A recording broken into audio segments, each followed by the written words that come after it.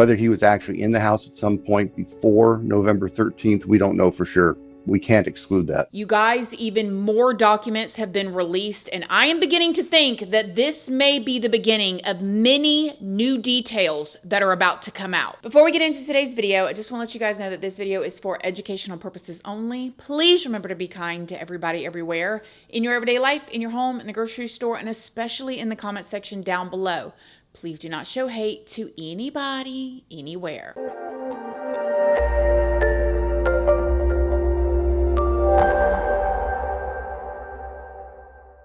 So good morning, good morning, good morning. How is everybody doing today? I hope you all are having an amazing day. I hope you all have had a wonderful week so far. I hope everybody is feeling good. We are officially into August now. I keep feeling like it's August, so this is fall time coming, right? The holiday seasons are coming, but I live in Florida and it's still scorching hot here, so we're still waiting over here, but it feels like it. Does anybody else feel like that in August? Like, okay, it's about to be fall, pumpkin spice, all of the good things, crock pots, stuff like that. Anyways, in today's video, we're going to be talking about some more documents that were released in the BK Idaho 4 case. And y'all, just when I think we know everything, I realize we don't, and there's still so much more to come, so stay with me here. Before we get into it, though, I did want to let you guys know, if you don't already know, hi, my name is Christina. I do have a second channel, which is Casually Christina. We just do things way more casually over there. I also have a Patreon. My Patreon's for 18 and up, and over there we talk about more personal stuff. We go live over there. There's a $2 tier for all the true crime stuff that cannot go onto YouTube due to their terms and policies. That goes over on my Patreon under the $2 tier. Just make sure you read the full about section on what each tier offers before you join. I'm also on Facebook, Instagram, Snapchat, and Like to Know It. And Like to Know It is a platform where you can find links to a lot of things that you guys ask about, that I use, that I love. Everything from literally this top is linked over there. These earrings are linked over there. Makeup, skincare, hair care, this chair, all kind of stuff that I want to link over there that y'all ask about. I do. And all of those platforms are linked down in the description box if you would like to come and check me out. So, okay, like I said at the very beginning of this video, new documents have been released, and it seems like there is a lot more to come. So just recently, the Pullman Police Department released some documents that are related to the BK case, and we're just going to start with some of the most interesting things in my opinion. Plus, there's going to be more details from the Moscow Police Department and something very interesting about the prosecutor, Bill Thompson. Y'all remember Bill Thompson? He recently did an interview. We're going to talk about some of the things that he said. So first, let's talk about what Bryan looked like right after his arrest and what he had in his car, you guys. And this is so crazy because, y'all, we heard so many rumors when Bryan, it is like, is it just me, or is it just like even the past 5 years since CV-19, different rumors or different theories or different all kind of things have been coming out about every different thing across the board. Everything from food to dyes to arrest. Rumors have come out and they end up being true. Well, it looks like there were some rumors that we heard about back in 2022 or 2023 when he was arrested that were true. So in this newly released picture of Bryan from right after his arrest, and by the way, he obviously had something in his pockets right here. It looks like he did. According to the Moscow police chief, he said that he will never forget the moment that his phone dinged, and when he looked at it, it said, "We got him," with this picture of Bryan attached. The chief said that he could not describe the relief that washed over him in that moment. So now let's talk about the pair of ID badges that were found by the arresting officers. If y'all remember, in the beginning of all of this, it was rumored that he had female ID cards on him that he had no connection to. And again, it sounded like just another crazy C theory, like, okay, well, allegedly he really did. According to the prosecutor, just after Bryan's arrest, 2 ID badges were found in Bryan's glove box of his car. One of the IDs belonged to a woman who worked with Bryan at the Pleasant Valley School District in Pennsylvania. Bryan worked as a security officer for the district between 2016 and 2021. Now, there aren't any details out that are about who the other ID belonged to, but it has been reported that it was also a woman's ID. Both women have reportedly stated that they were completely surprised to learn that Bryan had their IDs, but they said that neither of them were ever harmed or threatened by Bryan. Were these some sort of like creepy mementos that Bryan kept? I mean, why in the world would he presumably like take these women's IDs and hang on to them for so long? That is so bizarre and disturbing to me. I don't know about y'all, but I have never dated a man, and surely not my husband, who just has random women's ID cards in his possession, period, much less his car that he's driving around in at nighttime. You know what I mean?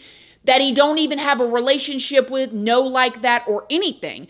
Was he saving these IDs for memorabilia? Was he obsessing over them? Was he saving them for their addresses that he could find from their photos, that he could go and maybe creep into their house in the middle of the night and there would be no motive or connection in the same way with the Idaho 4 students? Like, unbelievable and creepy and strange. Anyways, something else that I found very interesting in these new documents is that you can actually see the authorities' entire mission plan for transporting Bryan from Pullman back to Moscow.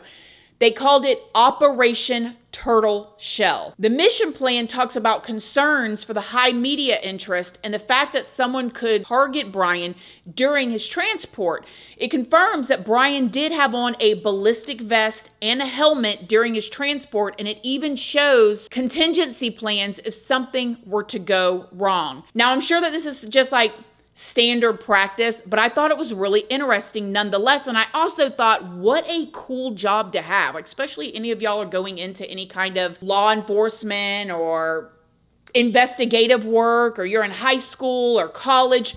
What a cool job to be the person that comes up with these plans. Like, okay, we have this person under arrest in this high profile case. We've got to transport him from this state to this state. How do we get him there safely? You know what I'm saying? And you have to come up with this plan. Like, what a cool and honorable and fulfilling job to be that person. I don't know. I thought it was interesting. You really have to wonder how the participating officers were feeling too during this transport, because not only was he accused at the time of doing something terrible, but I also assume that none of them had ever transported a suspect with so much media attention around them either. I mean, everybody was talking about it at the time. Y'all remember all the pictures that came out? We saw the pictures of him in the helmet or with all these guards around him. I mean, it was a huge, huge deal. Now let's talk about some of the new documents from Judge Hippler. So first, there's this document from Bryan's official conviction and his sentence. And at the bottom, it talks about Bryan's right to appeal. So it basically is the same verbiage that Judge Hippler used in court on the day of sentencing, but this confirms that the sentence was entered on July 23rd. So Bryan only has 42 days from that date to submit a notice of appeal if he's going to. So there is actually still this 42 days that he could appeal this, even though he stood up and took accountability by saying, yes, I did it. Yes, I committed these crimes. Yes, I understand, the plea that I'm going into. Yes, I had good representation, meaning his lawyers, but he still could appeal within 42 days. There's also this document that shows Judge Hippler is starting to go through the sealed documents, and he's deciding whether or not to unseal them. Like he said in court, and I did a video on this a few videos back, he will require both the defense and the prosecution to indicate whether they have an objection to unsealing any specific documents. And if they believe a document should remain sealed, okay, they must identify why redacting isn't a better alternative, and they have to specifically say why from both a legal and a factual standpoint. So I found that very interesting. So in layman's terms, the judge is going to go through all these documents and start unsealing. If the defense or the prosecution wants them to stay sealed, the defense or the prosecution has to go before the judge and say why from a legal and a factual. And I like the factual, because remember when Ann Taylor and the defense team was trying to go up there and present an alternate suspect theory, and he's like, listen, this is just a theory. Y'all just pulled this out of thin air. We need factual stuff before we can enter this in as a theory, so he denied it. So he's basically saying, if you don't want something unsealed, you got to bring legal reasons that are factual at the same time. So it's about to start going down, you guys. Now, fortunately, it also says that both parties must file their response within 14 days of the court's order identifying a group of documents like this one. This is the group of documents the judge is working on right now. And remember, in court, he said that he would be working from newest to oldest. Now let's talk about what the prosecutor, Bill Thompson, has said in recent interviews and what the Pullman police chief said about an email from Bryan Kohberger that he received. You guys, my head was spinning when I saw this.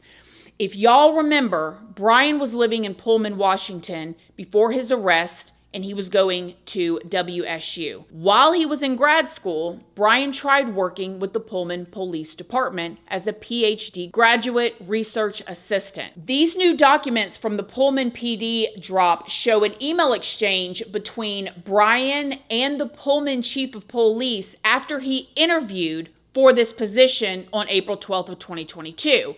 Now, if this is sounding familiar, it's because in one of my recent videos, I included an interview this chief did talking about how Bryan did not seem particularly personable. One thing that I was looking for in particular was someone who can develop a sense of trust and rapport with my staff. That's a very important quality in order to be a researcher embedded in a police department, because it's very tough to make inroads into law enforcement when you're considered an outsider, particularly from academia. And he was not particularly personable. He didn't speak in a fluid or conversational manner.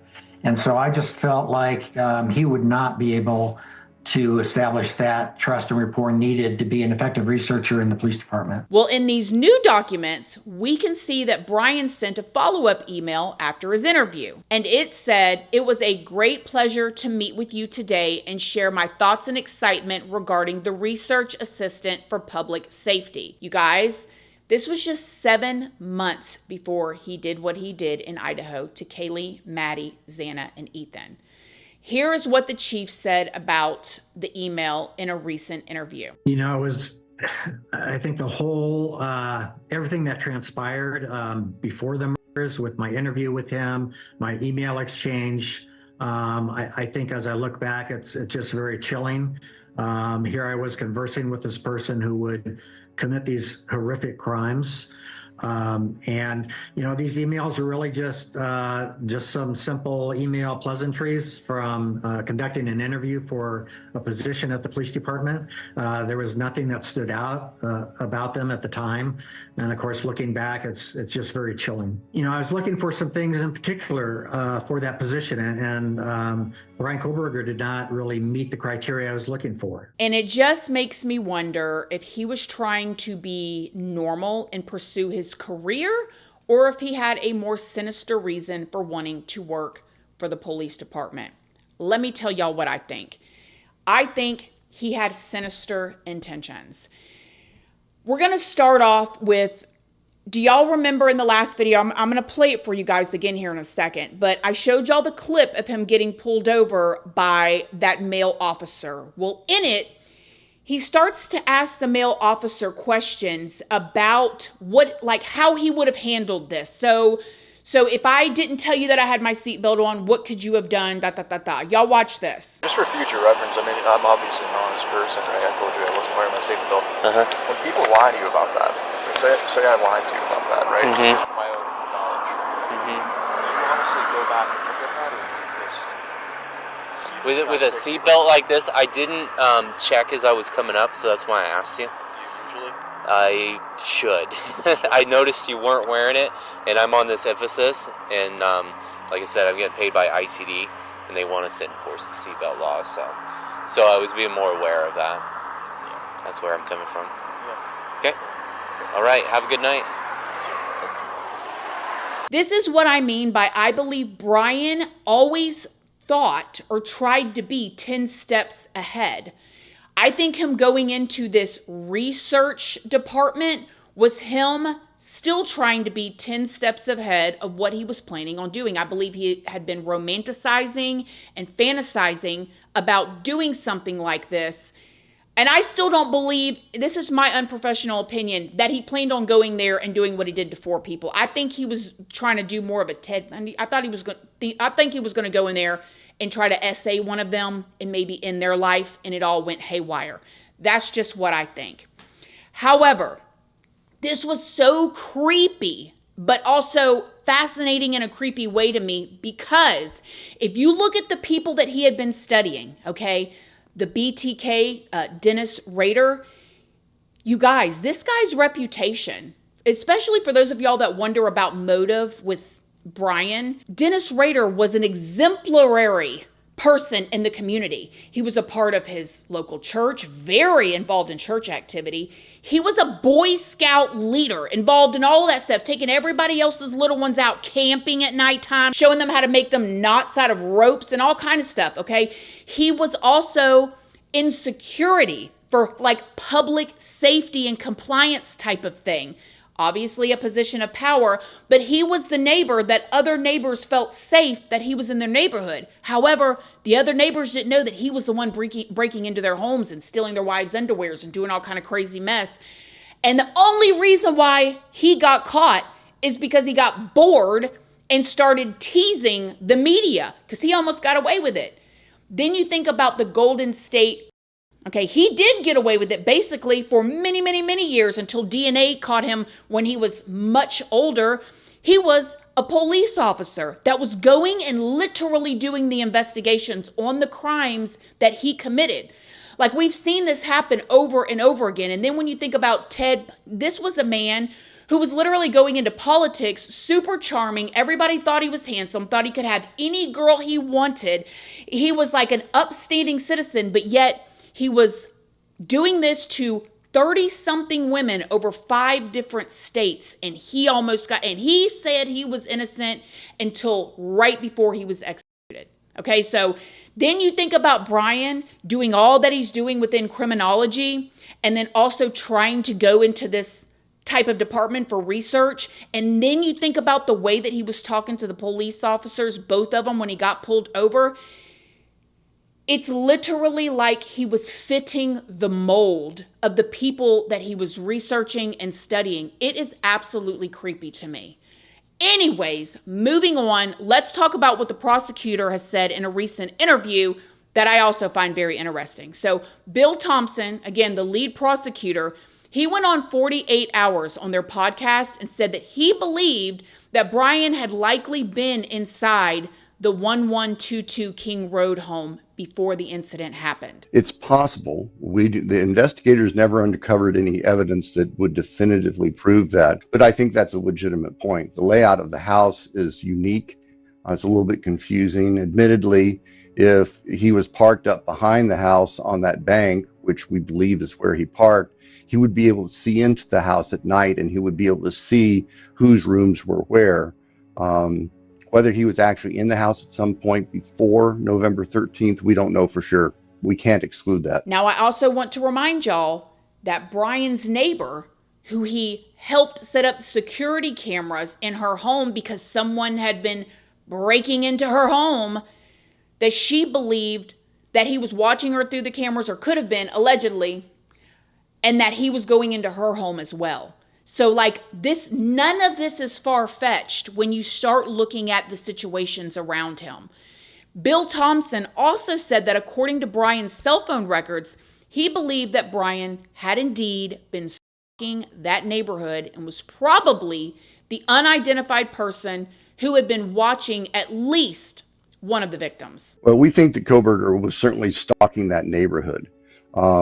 And we're aware of those incidents where the roommates at the house would sense perhaps that somebody was up on the bank behind the house when the dog went out, or that somebody was being followed.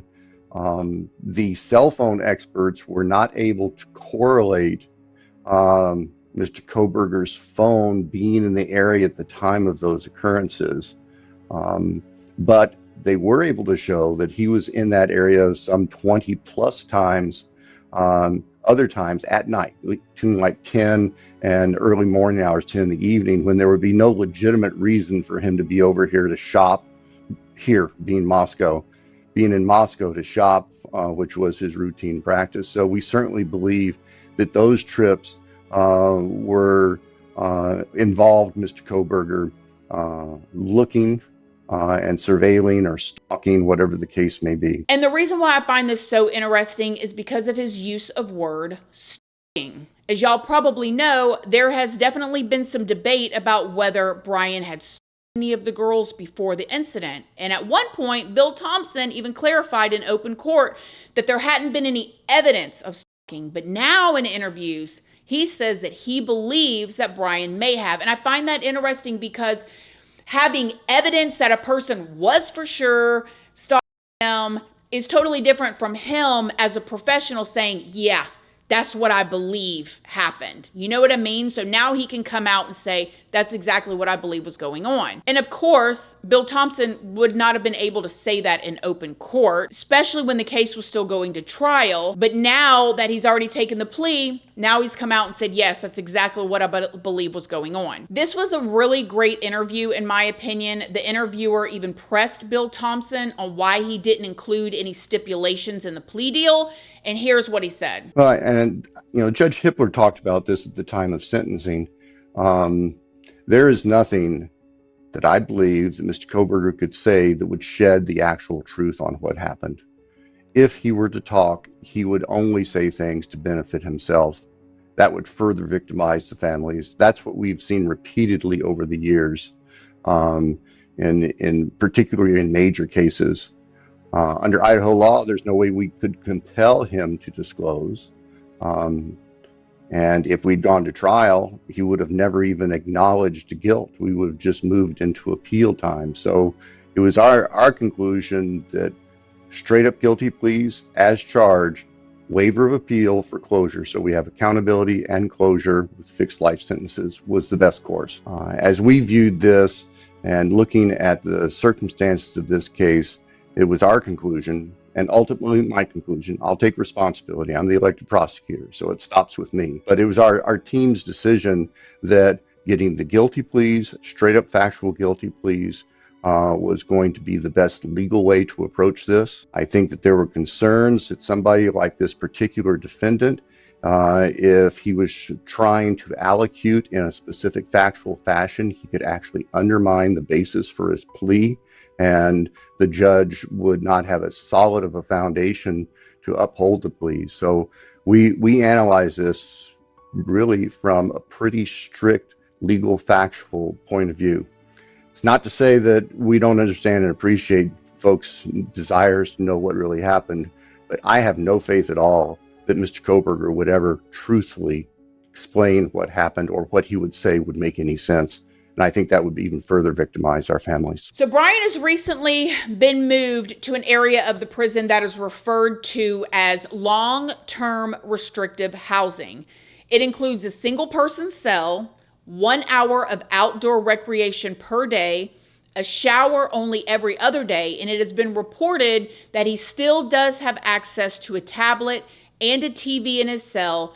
But I wonder how he feels about that one shower every other day, especially because Bryan really presented as his defense was presenting himself as like obsessively cleaning himself and all of that. And you can mop a prison up and down, honey, and they still feel nasty and stink and all of that. So the shower every other day is, I wonder how that's going for him. Here's a quick video that reporter Bryan Inton did showing where Bryan has been moved to. So Bryan Kohberger is in the J block, which is long-term restrictive housing at the maximum security prison in Idaho. This is the same prison that I toured when I was in Idaho a couple of weeks ago.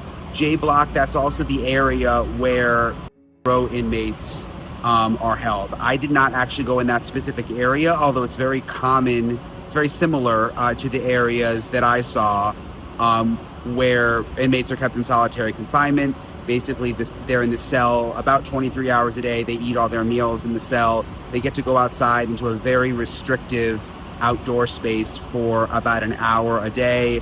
I'm told that they all have tablets. They can use their tablets inside their cell, which they can use for email, they can use for music. They also have access to a TV, but it is extremely restrictive. It's basically solitary confinement. And that is where Bryan Kohberger is right now. Whether he'll get moved eventually, I don't know. So what do y'all think? Let me know what y'all think of everything in the comment section down below. Other than that, I'm going to be following all the document drops. I'm very curious of everything that they had on him. And I always think like, man, that single source of DNA on that knife sheath. And when he went up into that room, if it would have only been Maddie there, what else would have happened? Let me know what y'all think in the comment section down below. Other than that, I love y'all. I hope y'all have a wonderful weekend, and I'll see y'all in the next video. Bye.